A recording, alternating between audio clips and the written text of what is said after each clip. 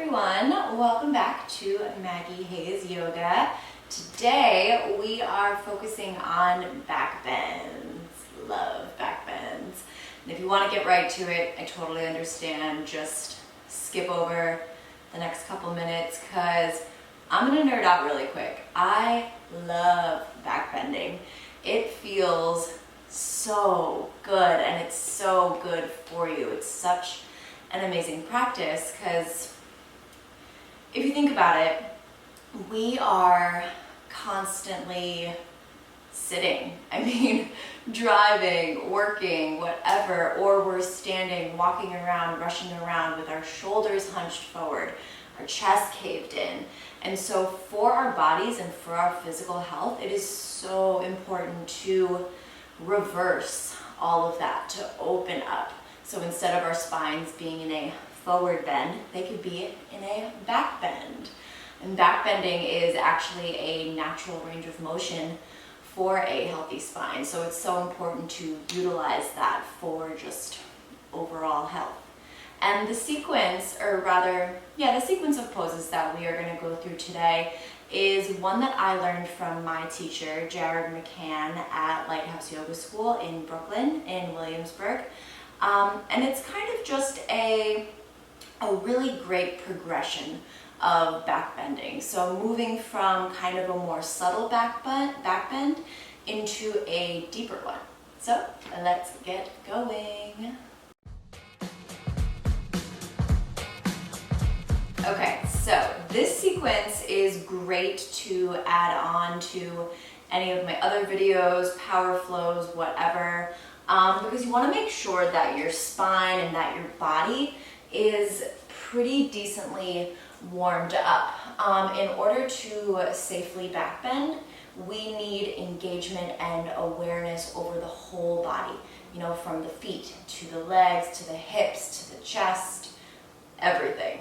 So we'll do a couple poses to just start to loosen up the spine. If you're just doing this video today, that's totally fine. You will be nice and safe. So let's start on all fours, and we'll start with a few cat-cows just to get the spine moving around. So palms under the shoulders, knees underneath the hips, tops of the feet down. Take a deep inhale, drop the belly, arch the spine, look up. Exhale to round the spine. Wrap the shoulders, push the floor away. Inhale. Arch the spine, shoulders down, collarbones wide. Exhale, round the spine, bring the chin to your chest, pull that belly in. Inhale, arch the spine, reach the chin forward and up. Exhale, round the spine, navel to spine, reach the middle back up. Good, a few more rounds. Take an inhale. Exhale, round. Inhale, arch. Exhale, round. All right, find a neutral position. And we're going to thread the needle. This is really great for the shoulders and a way to start to open up the chest. You're going to take a nice twist in the top of your spine. So push into your left palm, take an inhale, reach your right arm up, look up. And then exhale to thread the right arm underneath the left. Bring your right ear down. You can keep this left palm over to the side, elbow comes over the wrist, and kind of push into that left palm to open left chest. You want left shoulder to be facing up towards the ceiling, and then pull your belly in tight and push the tops of your feet down. So you want to keep the hips square and isolate this twist in your shoulders and your upper spine. Take an inhale to bring it back up. Right arm re-extends up, look up. And then exhale, tabletop. Bring it down, other side. Deep inhale, left arm up. Exhale, thread it under the right. Left ear comes down. Think about lengthening through that right collarbone. Maybe trying to reach right collarbone up to the ceiling, the sky. Navel pulling in, using the core to protect your low back. Breathe into the chest.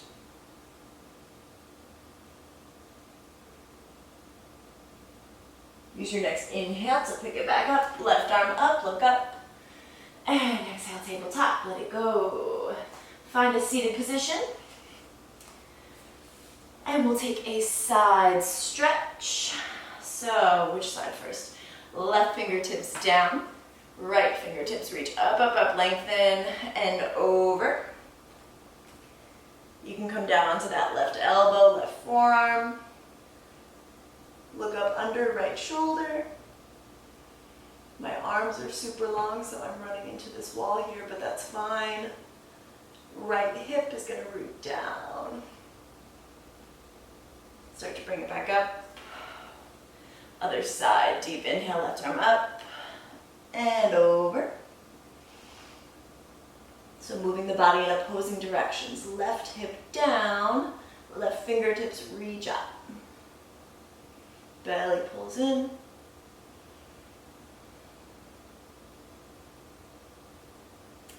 Good, and then bring it back up. And let's get going. We are going to start with locust pose. So you're going to find your way down to your belly.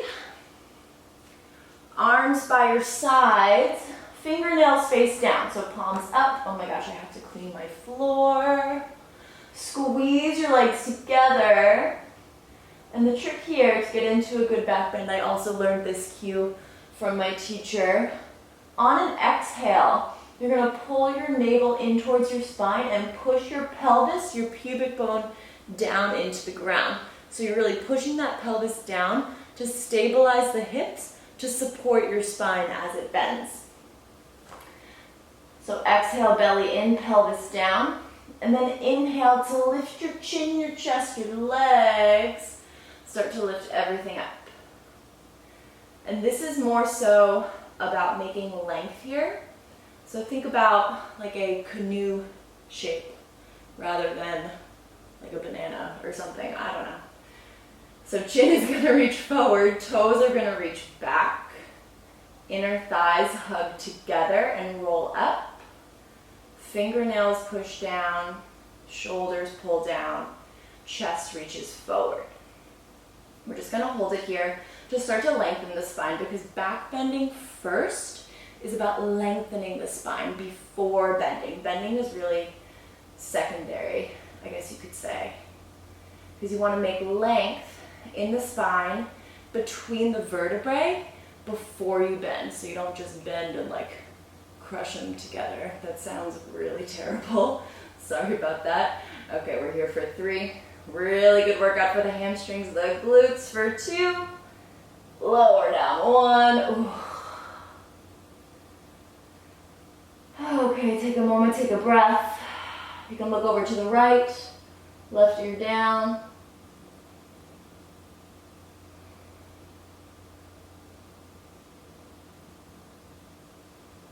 And then we'll take cobra pose. So bring the chin to the mat. Bring your palms underneath your shoulders and line the tops of your fingers up with the tops of your shoulders. Your elbows are going to point straight up like you have little grasshopper wings. And instead of pushing, which I feel like is so common for people to do, and you see when I push and just come straight up, it's just going to crunch my little back. That's because I'm missing the length in the back bend. So instead, we're going to push down through the tops of the feet so you activate your legs. Take that exhale to pull your belly in and push your pelvis down. And then inhale to start to reach your chin and your chest forward, forward, forward first. So you're finding that length, and your palms and your elbows, they start to pull back. Your palms can stay on the ground. And you want to start to feel this in your triceps. So you're not pushing, but you're pulling the ground back so that you can kind of coil your spine further forward. Keep pushing the pelvis down. Keep pushing tops of your feet down. Pull your shoulders down the back. Keep length in the back of your neck. And then think about leading with the crown of the head. Once you find that forward length, maybe starting to move up. And you want this lift to really come from your back muscles. So again, that's why you're pulling those palms back. Hold for 3. Keep the legs strong, legs stable for 2. Lower down 1. Oh, good Lord. Arms by the sides. Relax. And maybe keep the eyes open and just gaze at a point just by the edge of the mat. So keep your focus close.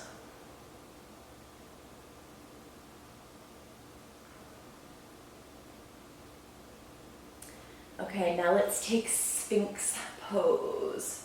So all of these poses first, along with lengthening the spine, it's also starting to make space in the top of the spine, because the lower spine, the lumbar spine, is pretty flexible on its own. If not pretty flexible, it's going to be the most flexible part of your spine because it has nothing in front of it blocking it. You know, there's no rib cage, there's no chest or anything like that, so it's kind of more free to move. It has more space. Whereas your upper spine, you got to negotiate with the shoulders, and just the way that life is, our shoulders and our necks can get so tense, so it can really affect the movement and the mobility of that upper spine. So that's why we're starting to just kind of move the shoulders around and lengthen that area out. So for Sphinx, bring the elbows under the shoulders, forearms are going to be parallel, chest is open, crown of the head up. And then again, tops of feet down. Exhale to bring the belly in, the pelvis down. And then on an inhale, start to drag your elbows and your palms back and move your chest further forward. So this might not look like much, but you should start to feel some movement in the shoulders and in that upper spine. Keep pulling elbows and palms back. Keep pushing the pelvis down. If you're feeling good here, you can kind of start to lift the elbows up like an inch. Maybe gently crawl those fingertips forward. Keep pushing that pelvis, the pubic bone down. Shoulders down. Hold for 3. Lengthen for 2. And 1. Release. Look to your right. Breathe. And let that breath fill your body.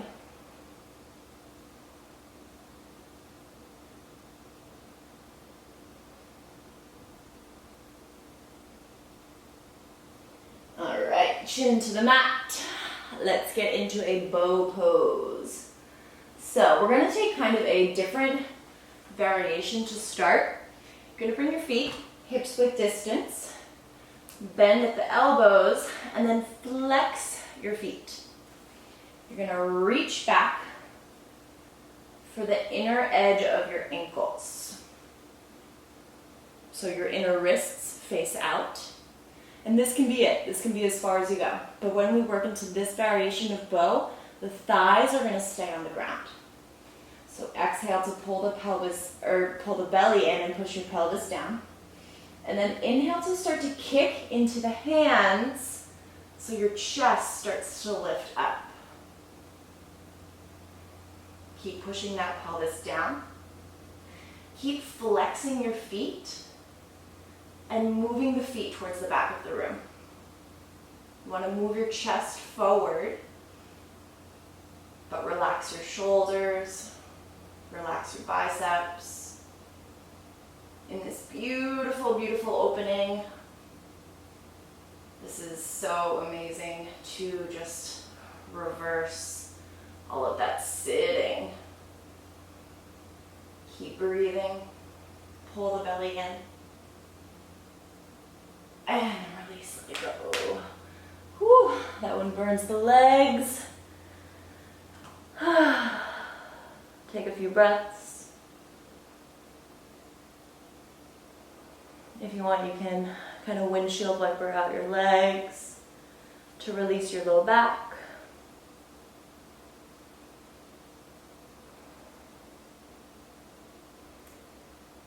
And next step, we got just a good old bow pose, regular bow pose. Feet hips width distance apart, bend at the knees. Grab the outer edges of your feet, and your pinkies should just come like underneath the edge of your toes. Belly in, pelvis down, and then inhale again to kick into the hands, but the legs, the chest, and the chin are gonna come up. So keep kicking. That's where it's really gonna come from. You want the support here of the hamstrings, of the glutes. So keep kicking up towards the ceiling, into the hands. Shoulders relaxed, biceps relaxed, chest forward. Remember, it's a lengthening of your spine. So push your stomach down. That's gonna help protect your low back. Push your pelvis down. Hold for 3. Kick a little higher for 2. 1, let it go. Look to the other side. Find a point of focus. Let your breath slow down.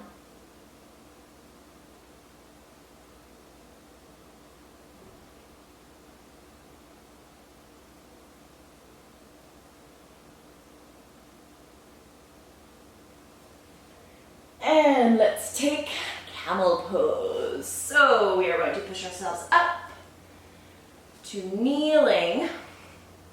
I hope that my head doesn't get cut off actually in this frame. It might, but that's okay. All right. Oh, okay, we're good. So you want your knees to be hips width distance apart. And then you have a few options with your feet. Ultimately, you're working on having the tops of the feet pushing down, but while you're still finding more space in your spine and your back, you can tuck your toes so your ankles come up higher to you. And now, a key part of camel, which I feel like a lot of people miss, and I think a lot of people miss this in back bends in general, is really, really engaging the legs. So think about moving your sits bones down to your inner knees. Think about that movement. So really activating the legs, pulling the belly in. Push the tops of your feet down. Bring the hands to the low back so pinky edges come to touch. And then inhale to lift the crown of the head up, chest up, like someone's like lifting you up through the center of your chest. And this can be it. This can be enough. Just look up towards the ceiling. Or, again, lead with the crown of your head. You want your back bend to start at the top of your spine. So lead with the crown of the head to go up, to go back. If you can see the back of the room, release the hands, reach for your heels. Bring the fingertips to the inside of your feet so you can push into your heels and puff your chest up. Keep pulling the belly in tight. Keep moving sits bones to those inner knees. Keep the glutes activated to protect your low back. And puff your chest up, chest open. Shoulder blades roll away from each other. Relax your jaw. Relax the point between the eyebrows.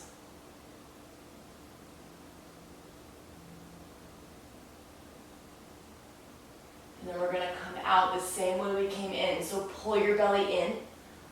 Bring the hands to the low back. Slowly come up. Sit the hips back on the heels. Bring the palms face down on your knees. Gaze at one point in front of you and be still. You can really feel the energy running through your body, so you got to give it a second to settle.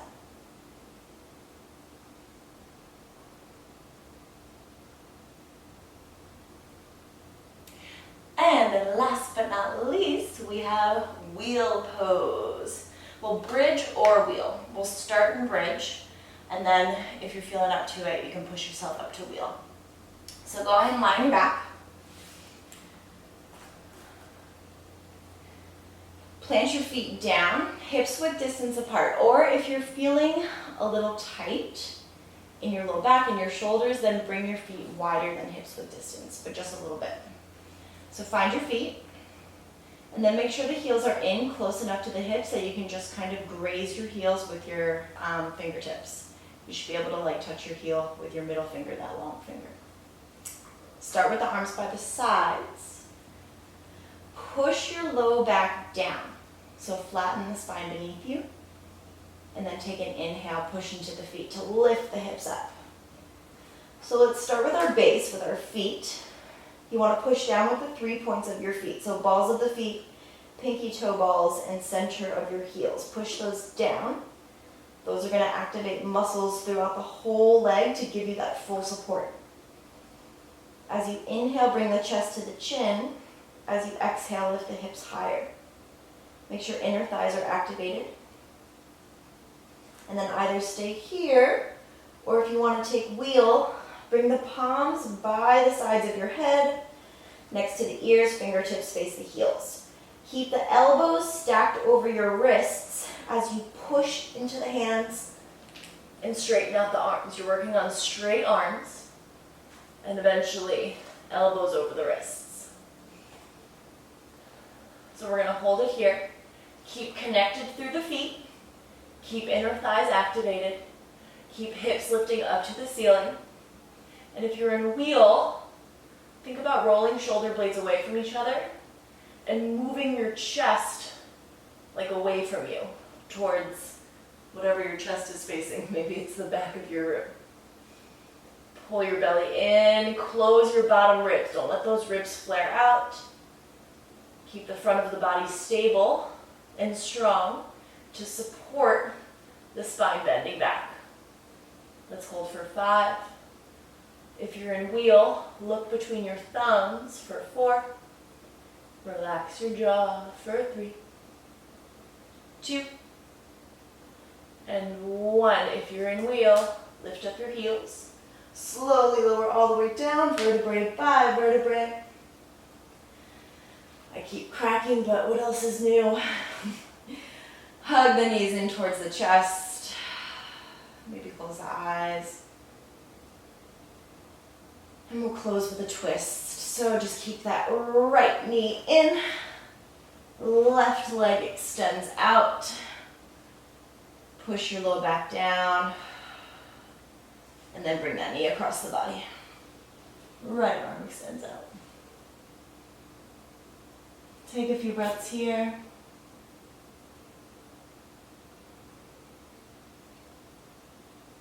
You know, it's so natural for back bends to feel kind of overwhelming because, like I've said a few times, we tend to operate and just live our day-to-day in that one position, really just like bending forward and caving the chest in.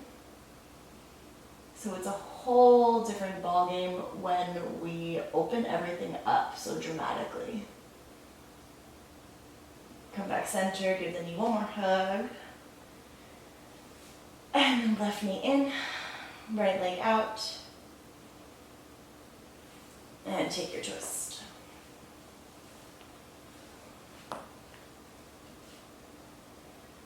So we can take a second for our energy to kind of reconfigure when we open ourselves up in something like a back bend. So we can feel scared, vulnerable, emotional, overwhelmed. But if we can just kind of stay, just breathe, and be consistent with the practice too, all of those feelings, they're coming up so that they can release. Because back bends are really meant to bring just so much joy and love. You know, they open up our heart space. So it's really what they're meant to do if we just let it. Okay, come back. Give the knee another hug.